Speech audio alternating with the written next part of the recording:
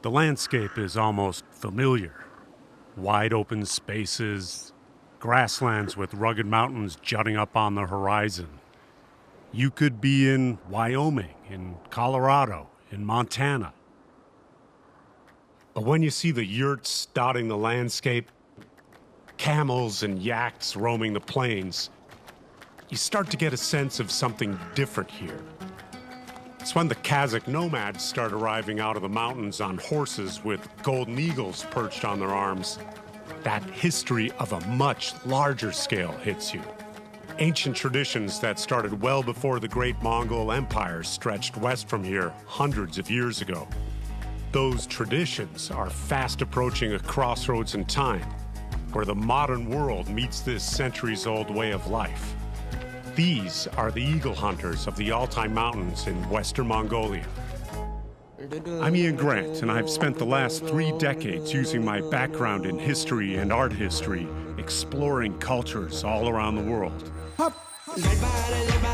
In this series, I'll take you to places I've never been to before.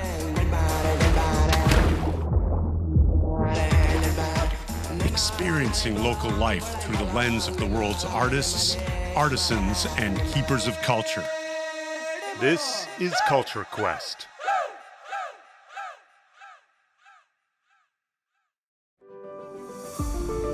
Gustavus Adolphus College equips students to lead purposeful lives and act on the great challenges of our time. Gustavus, make your life count. Over 1 billion people live with preventable blindness. SEE International partners with volunteer doctors to provide sight-restoring surgeries in underserved communities around the world. This organization is united in one mission: to restore sight to the blind. They purify the air I breathe and the water I drink, keep me and the planet cool, and give me a career I love. Trees, when we take care of them, they take care of us.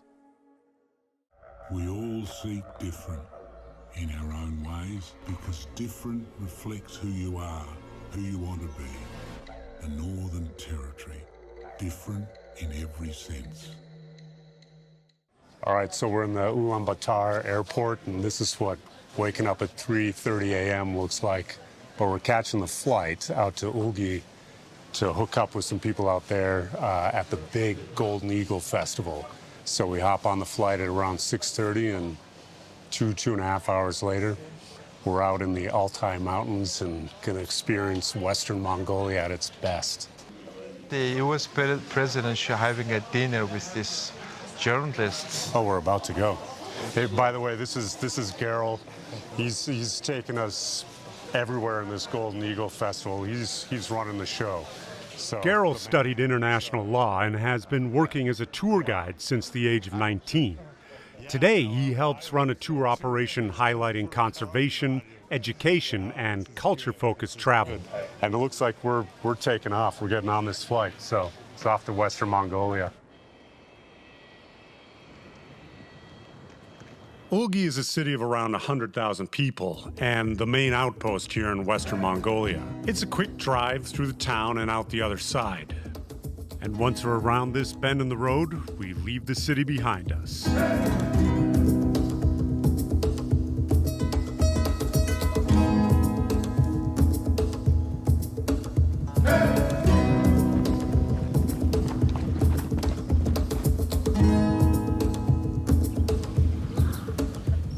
So this is our Gare camp. It's kind of nestled right in the little arch of this river right below this giant cliff face here. And there are the Gares right there. We're staying in one of those things for the next 4 days. Golden Eagle Festival is on the other side of these trees. Just setting up camp. There we are, Gare number 3, home sweet home. Nice. Oh, this is great. Got a little wall art, a little stove, water, a couple beds, skylights. What more do you want in a Gare? Nothing, that's what. But Geralt doesn't let the dust settle around our feet, so working on 3 hours of sleep in the last 2 days and 13 hours of jet lag, he keeps us moving. A quick couple turns through the edge of Olgi and we're back out into emptiness, wide open spaces again. But there is life out here. So we just wanted to stop here because we've been driving through this empty wilderness and you see all these herds of sheep and goat and horses, and then you see the occasional ger camps. And are they all nomadic? They just kind of set up from winter to summer pasture grounds? That's right. When it's fall, they move on to areas like here where there are more leftover grass from the summer. Yeah. The animals need to fatten up and nourish, getting ready for the long Make it through the winter. Right, that's right. We also get our first glimpse of a group of golden eagle hunters off in the distance, riding for possibly days from their homes in the surrounding mountains, making their way to the festival. But it's this vista that Geralt really wants us to see.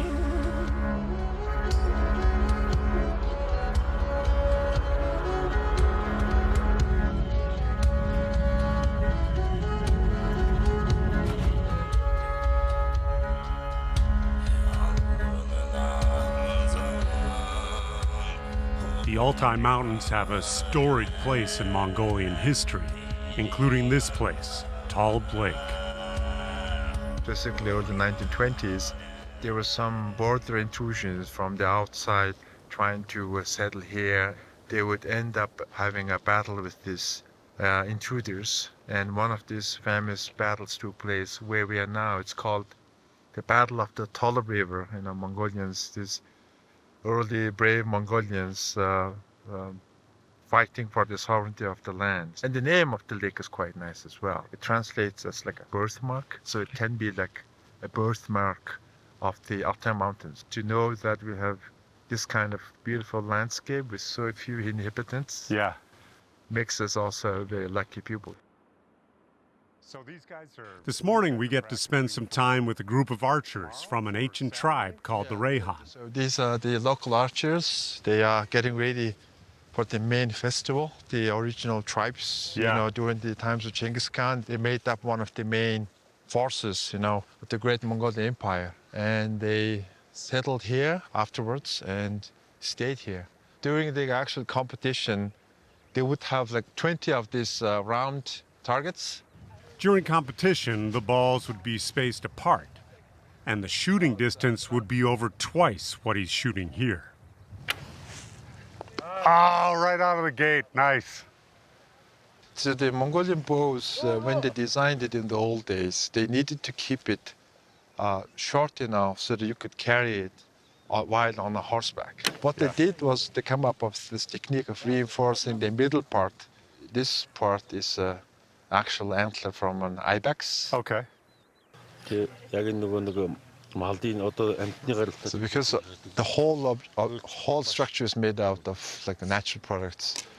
So let's give it a run. Let me give it a shot. Yeah? No pun intended, but All right. But I need instruction. You got to show me how. Yep. I haven't shot a bow and arrow since I was 12. Your bow is actually placed on your left-hand side. Okay. On the outside, on the left-hand side of the bow. Gotcha. It's so the arrow it's goes tricky. On the outside, It takes a bit, and then you pull it. You're not pinching it, but you pull it. Oh, with that. You're pulling like so. That's what that is. I thought it was just a ring. You take it like then you lock it like this. Yeah. Okay? And then you pull it. Uh-huh. And then you're actually releasing it like a. Look at the hands now. See Yeah. that?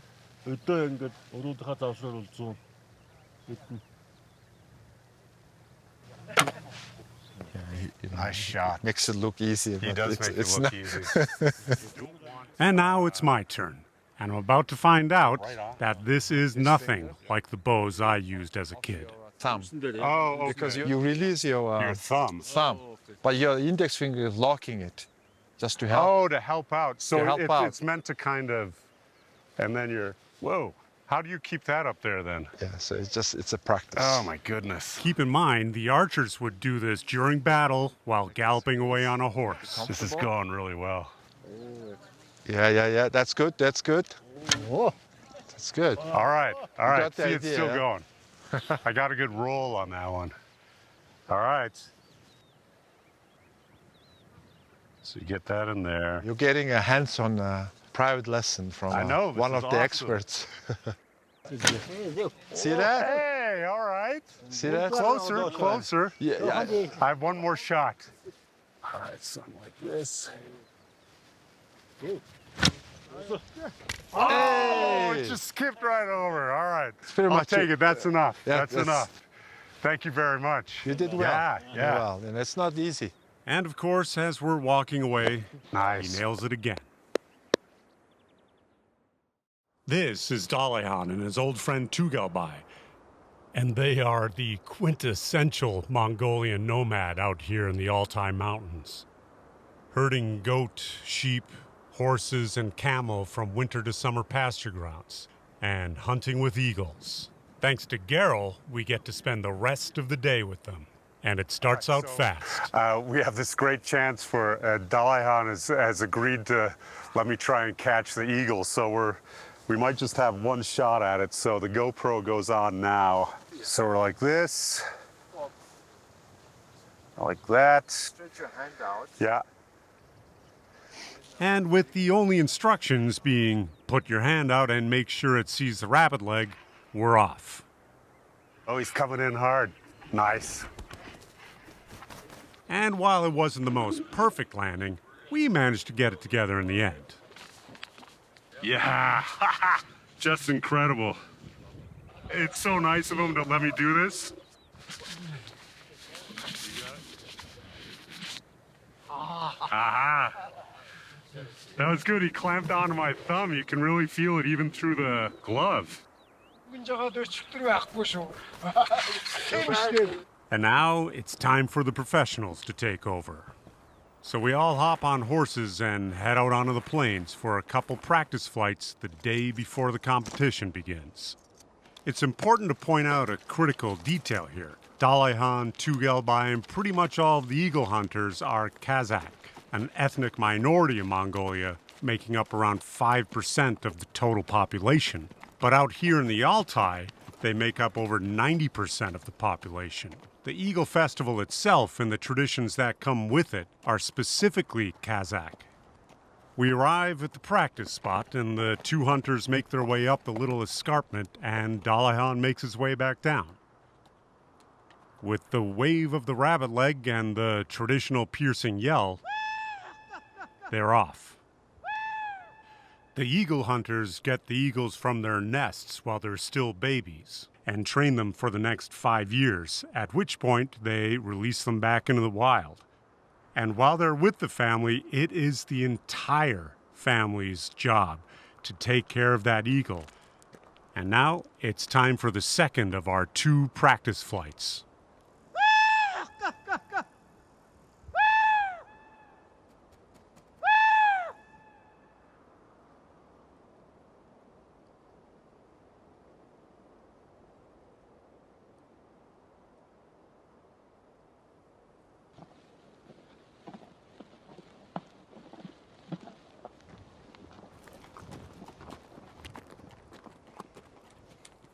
And just like that, we're done and start making our way back to camp.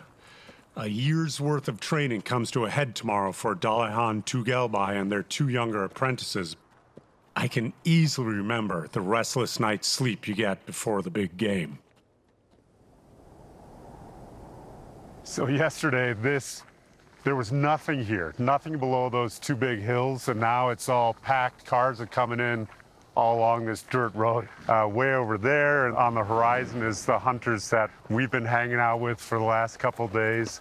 So is it up on that hill that they'll go up and fly the eagles off, or even the bigger one? It's not this one straight ahead. That makes sense, because they have to fly it, come down, go. I mean, that's a lot of hiking around. A lot of work. Yeah. You get a distinct sense of the excitement, the anticipation for the competition to begin.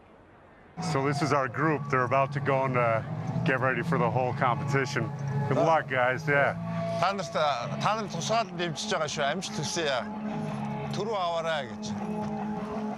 I think that's it. They know what to do, right? They know the drill. They got the whole game down. He won before once, and he's really hopeful this year because the eagle really flew really well yesterday during the rehearsal. So.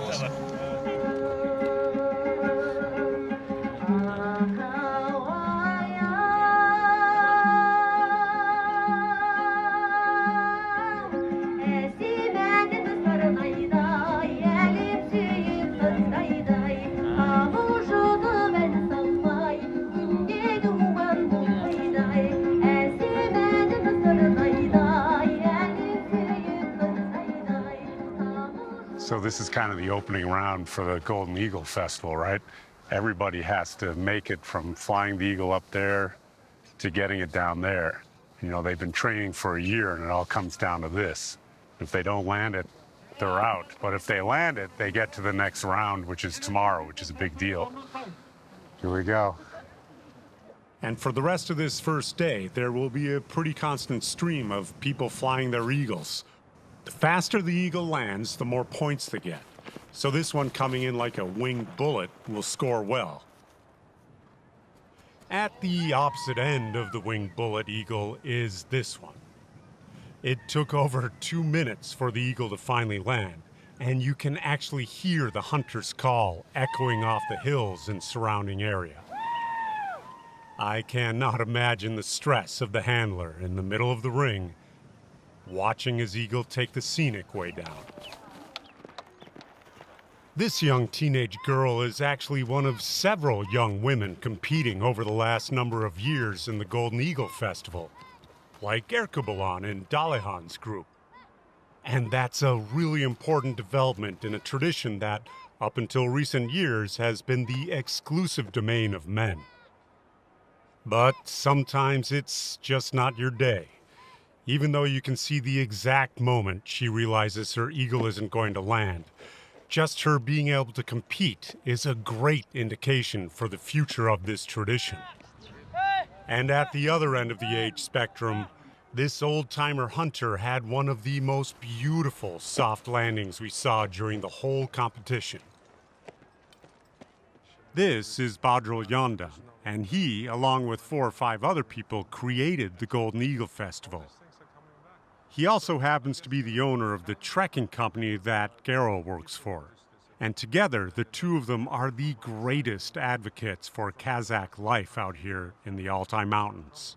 So the challenge is to keep it authentic, and the purpose of the event being still, a main event for the locals, event where they anticipate it for the entire year, and then they come to it as a country fair or like the National Pride Day or something along those lines. Yeah.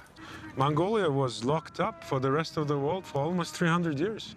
So we are just opening up. So there's so much we can share with the world. Nomadic or Mongolian culture is just different. It's not settled, It's not about cities, it's not about walls, but it's about grasslands, it's about pastures. Yeah. So you share your pastures, You might have rain this year in your valley, but next year there might not be. So then you go to the next valley and talk to the people there, and then you coexist. We drove like across complete grasslands. We saw a gur way off in the distance, and we were looking at Gurel saying, what are you doing? And he said, no, we're gonna go over to that ger. And I said, well, do you know them? No, I have no idea who they are. But he said, but this nomadic culture, this culture here, not only can you roll up and say hello, but you're not even meant to knock on the door. And sure enough, open the door, and they had everything laid out for us. I mean, they had no idea we were showing. Yeah, that was incredible to me. And that is the culture, the difference that I'm talking about. Yeah. It's not about walls, and it comes from the fact that next day your son or yourself, you could be doing the same, looking for your horses, and you need a shelter, you need some food. Yeah. You want to be welcomed that way. That is the culture, and that's what we have to share. I mean, you have to be a proud father of this. You should be. Just looking around here and see what's happened. So I know there's a lot of struggles with it and trying to keep it on the right path, but it seems like it is so far, man. Really happy. Really well proud. done. Well done. You should be. You totally should be. Thank you guys for coming. There he is. The rest of the festival goes on all around. Camel rides, Grumpy, dressed-up kids, happy kids with balloons, families picnicking together. Honestly, a lot of it is what you would expect in any big festival around the world. And of course, at any point, you can just look over at the center ring or up at the hill and see golden eagles flying overhead. Yeah. We got a landing. No. So cool. But eagle hunting isn't the only game in town. So much of Mongolian history is tied to horsemanship, and the next two events bring their apex skills to a point. The first is a race to pick up coins from the ground tied in ribbon. It's scored on a combination of speed and how many coins you can throw in the air.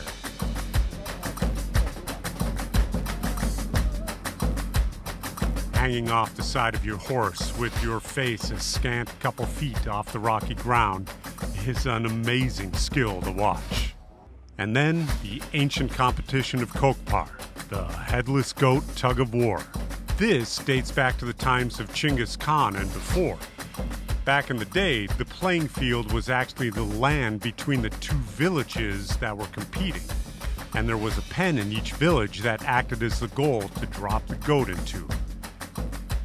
They get rid of the head so no one has an unfair gripping advantage. But here again, it's all about the horsemanship.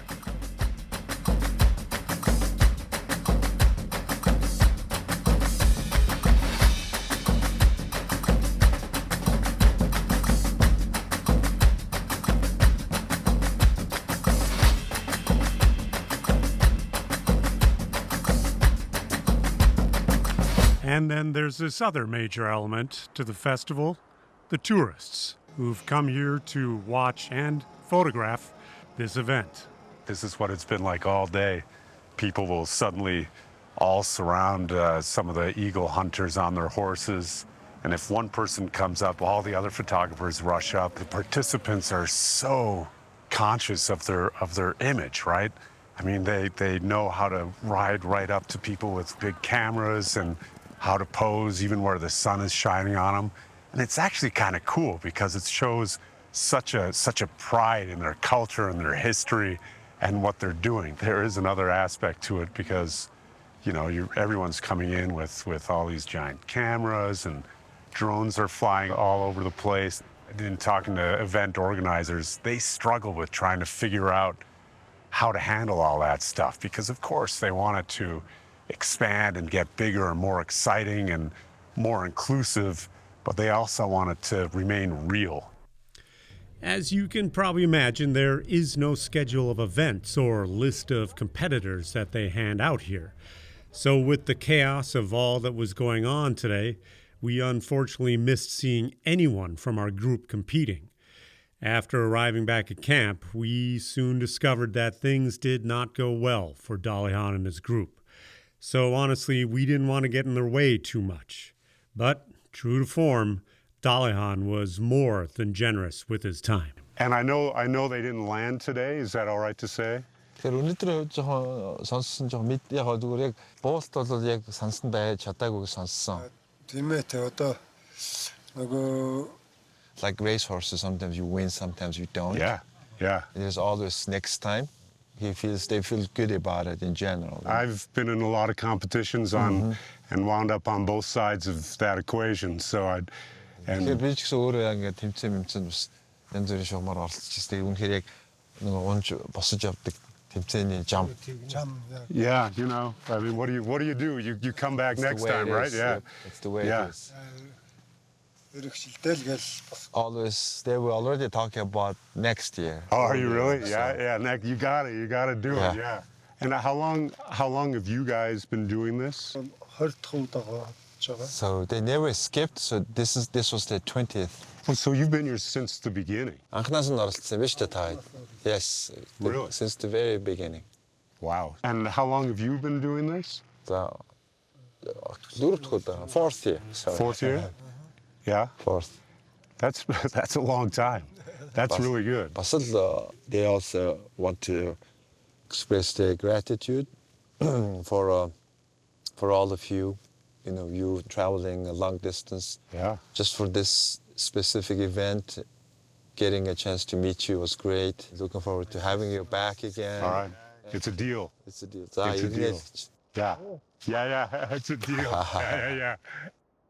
Thank you very much. Yeah. And can I shake her hand? Oh, yes. Oh, yeah. Absolutely. And thank you very much. Yeah. Congratulations. After a disappointing day, they still managed to have this genuinely positive outlook and attitude on everything. Maybe it's that hard day-to-day nomadic lifestyle out here that makes it a little bit easier for them to put something like a competition into the right perspective. There is a genuine sense of camaraderie among the nomads, a chance to commune with each other, to greet each other, to reconnect after years apart, passing tradition from one generation to the other. So the more you look, you really get a sense that they would be coming here to do this with or without the tourists that are here to photograph them. And that's a great indicator for the future of the culture out here in the Altai Mountains. So if you were to fast forward like 10 years, what's your perfect scenario for what's going on here? On the positive side, compared to 10 years ago, there are more people coming, and it's still an authentic event. Yeah. So, we can see lots of locals, both Kazakhs and Mongolians, enjoying it. So it has become a regionally accepted festival. Yeah. So that's a good thing in terms of economy and tourism. On the other hand, we also want to be careful about assessing the environmental and other impacts. I mean, Mongolians from ancient times love falconry. Even during the times of Genghis Khan, they had falcons. But we don't want this festival just for the sake of showing off folks, catching and capturing different raptors. Yeah. That would not be sustainable. And do you want to see crowds covering the whole thing as long as it's managed well, or is there a certain size? I mean, who knows? But... Yeah, I think it's a good thing, honestly. I think it's supporting the local economy a lot. Like we have seen the Kazak hunters, our friends, they are very happy to show off this part of their daily life, their great sense of sharing this heritage with anyone. So it's a great thing about this festival. Yeah, they have a clear sense of stewardship for their culture. Exactly. But you guys, both yours and Badrol's heart are so deep in this. It's great to see. It really is.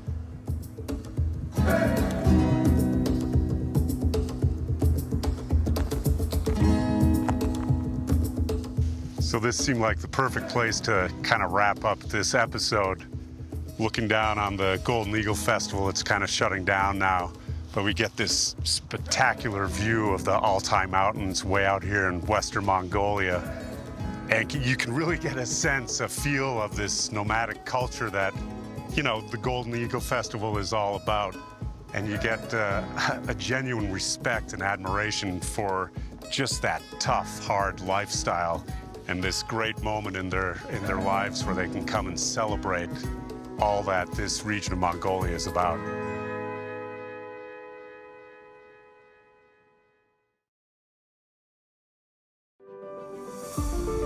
Gustavus Adolphus College equips students to lead purposeful lives and act on the great challenges of our time. Gustavus, make your life count.